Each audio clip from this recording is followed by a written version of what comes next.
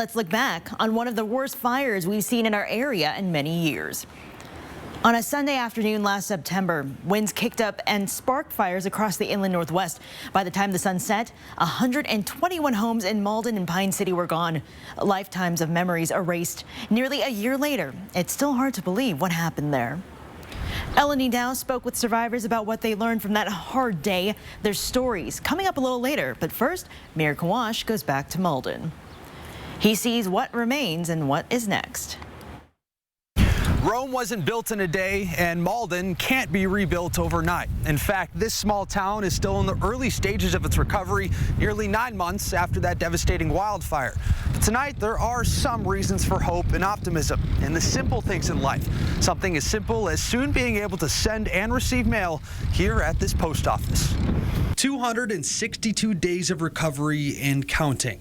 In some ways, a lot has changed in Malden, like some people getting a place to call home again. There's no words I can explain how I feel right now. But in many ways, the damage left on this town is still quite clear. This is a marathon, it's not a sprint. Most of the 121 homes that burned down last September are still not rebuilt. Many of those families now living in RVs until that happens. While they wait, something else is soon coming back to Malden, a brand new post office. Something simple to most of us, but that's what disaster does. It puts life into perspective. That's amazing.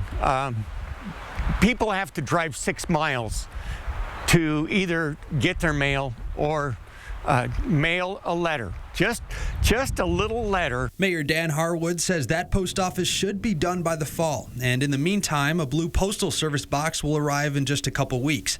Now, the town is also preparing for fire season, with crews chopping down dangerous trees over the next few weeks.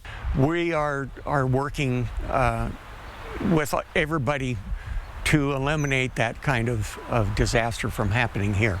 Despite the damage still lingering in Malden, water service requests show at least 80% of residents are planning to rebuild and call this town home again. A rebuild that has no timeline. It will not happen overnight. This fire was quick, it was devastating, but we're going to make it.